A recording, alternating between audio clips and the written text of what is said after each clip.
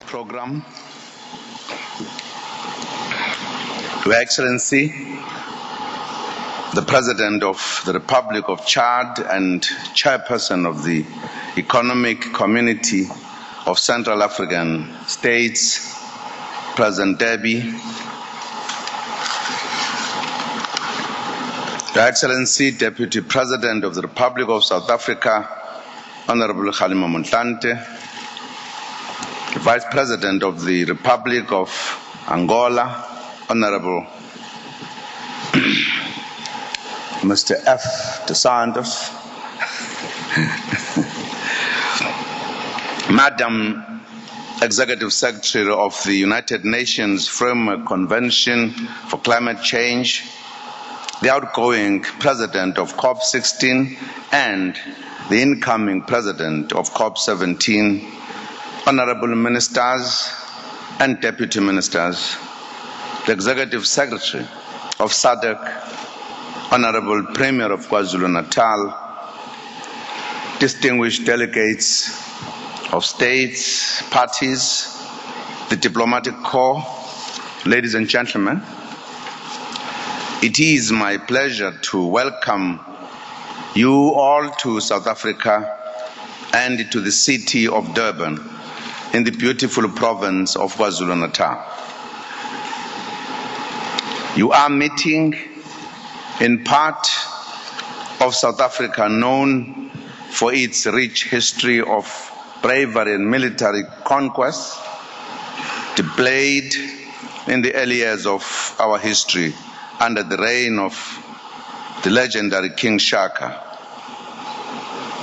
after whom our international airport you landed at is named.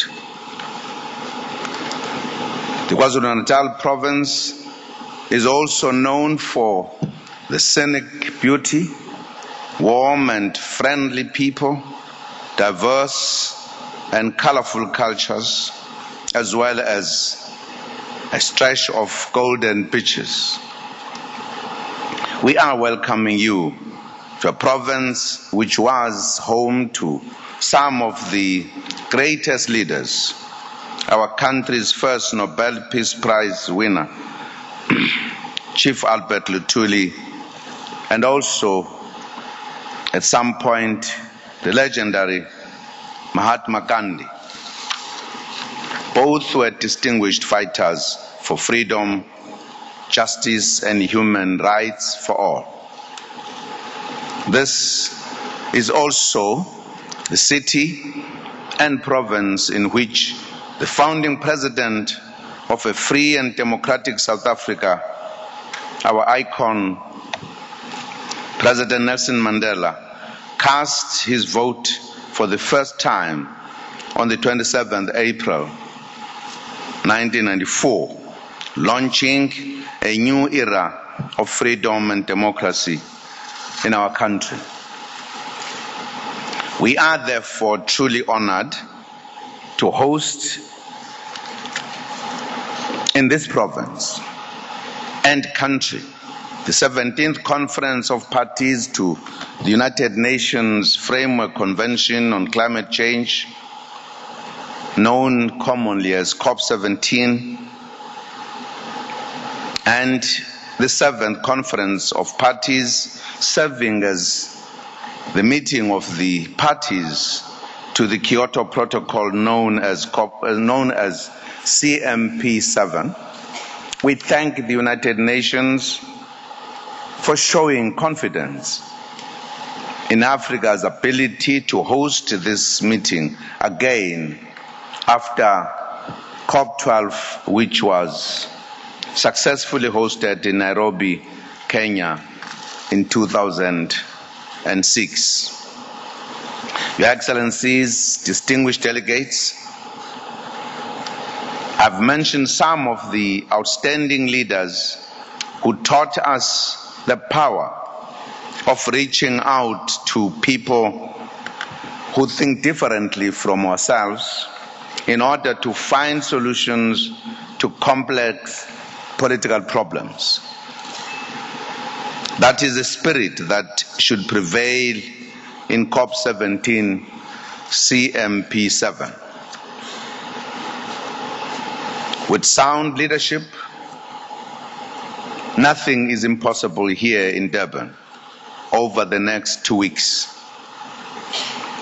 Your Excellencies, esteemed delegates, this meeting is taking place because climate change poses serious risks for humanity, especially in the developing world. Climate change can no longer be treated as just an environmental challenge. It is a holistic, sustainable development challenge. Various regions of the world have different views on the issues simply because they are affected differently by climate change. However, for most people in the developing world and Africa, climate change is a matter of life and death. We are always reminded by the leaders of small island states that climate change threatens their very existence.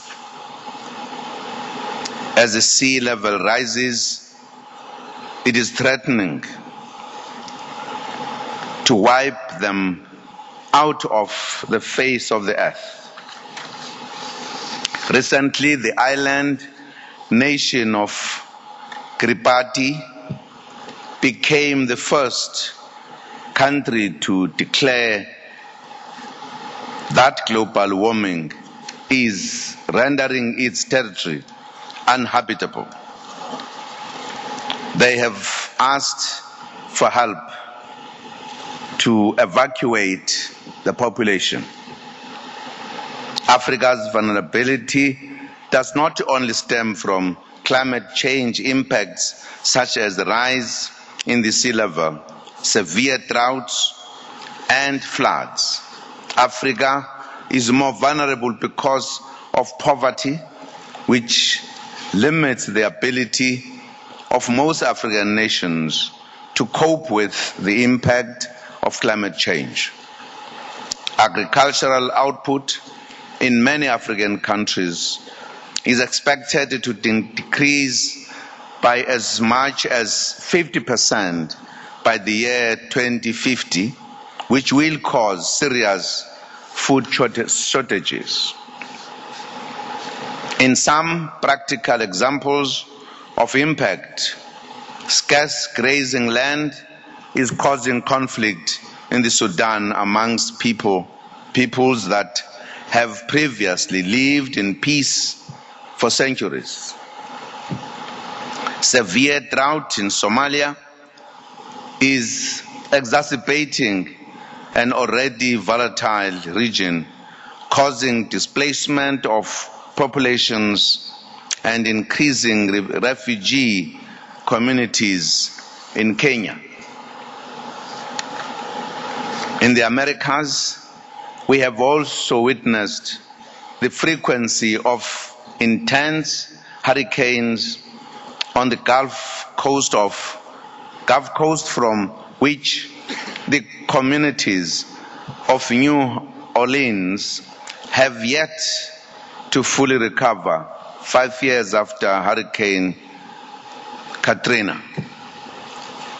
In our own country, we have experienced unusual and severe flooding in coastal areas in recent times, impacting on people directly as they lose their homes, jobs, and livelihoods.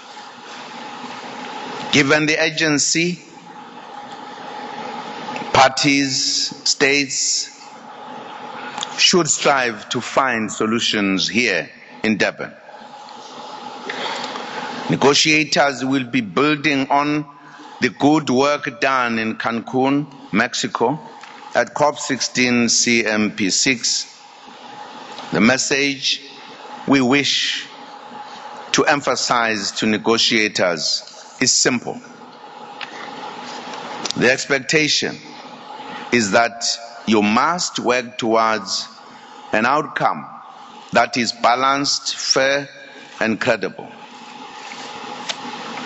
You have before you the responsibility to reaffirm the multilateral rules-based system anchored by the Kyoto Protocol and to provide the funding needed to address impacts of climate change through activating the Green Fund. Another key issue on the table is the second commitment period under the Kyoto Protocol and reaching agreement on the legal nature of a future climate change system. As this conference of the parties is taking place in Africa, adaptation is a key priority, particularly for small island states, least developed countries, and Africa. We also feel strongly that as an African conference of the parties, the COP17 outcome must recognize that solving the climate problem cannot be separated from the struggle to eradicate poverty. Informed by this view, as a responsible global citizen, South Africa is contributing its fair share to the global effort to reduce greenhouse gas emissions. At the COP15 in Copenhagen, we announced our commitment to reduce carbon emissions by 34% in 2020 and by 42% in 2025, with support from developed countries with regards to finance, technology, and capacity building. We have gone so much towards implementing this undertaking. Our new growth path framework includes comprehensive green economy interventions, including an ambitious focus on renewable energy and the promotion of green industries. Early this month, we concluded a landmark green economy social accord signed by government, the trade union movement, and the business community, committing all of us to achieve 300,000 green jobs by 2020. The accord showcases one of the greatest South African strengths, which is social dialogue and partnerships. The green economy will create new opportunities for enterprise development, job creation, and the renewal of commercial and residential environments the world over. There are also significant opportunities for the development of a green economy in Southern Africa, and which could also be extended to other parts of the continent. In this regard, the Republic of South Africa and the Democratic Republic of Congo recently signed an agreement with respect to the Grand Inga hydroelectricity project for the construction of a dam that will provide electricity to more than half of Africa's population. The plant is estimated to generate about 40,000 megawatts, which is over 1/3 of the total electricity produced in Africa today. We also are working to generate hydro and wind energy sources from cooperation with the Kingdom of Lesotho through phase 2 of the Lesotho Highland Water Project, and are working on other renewable energy projects with Mozambique. Change and solutions are always possible. In these talks, states, parties will need to look beyond their national interests to find a global solution for the common good and benefit of all humanity. Your Excellencies, distinguished participants, we have come a long way since Copenhagen and Cancun. Durban must take us many steps forward towards a solution that saves tomorrow today.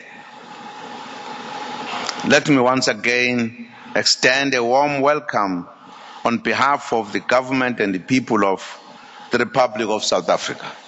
You are kindly welcomed to this beautiful country. Ladies and gentlemen, allow me to thank the outgoing president of COP16, CMP7, the Minister of Foreign Affairs of Mexico, for a job well done. We also congratulate our Minister of International Relations and Cooperation on being elected President of COP17, CMP7. We will give her all the support to make COP17 succeed. It is my honor and privilege to declare COP17 and the 7th meeting of parties to the Kyoto Protocol open.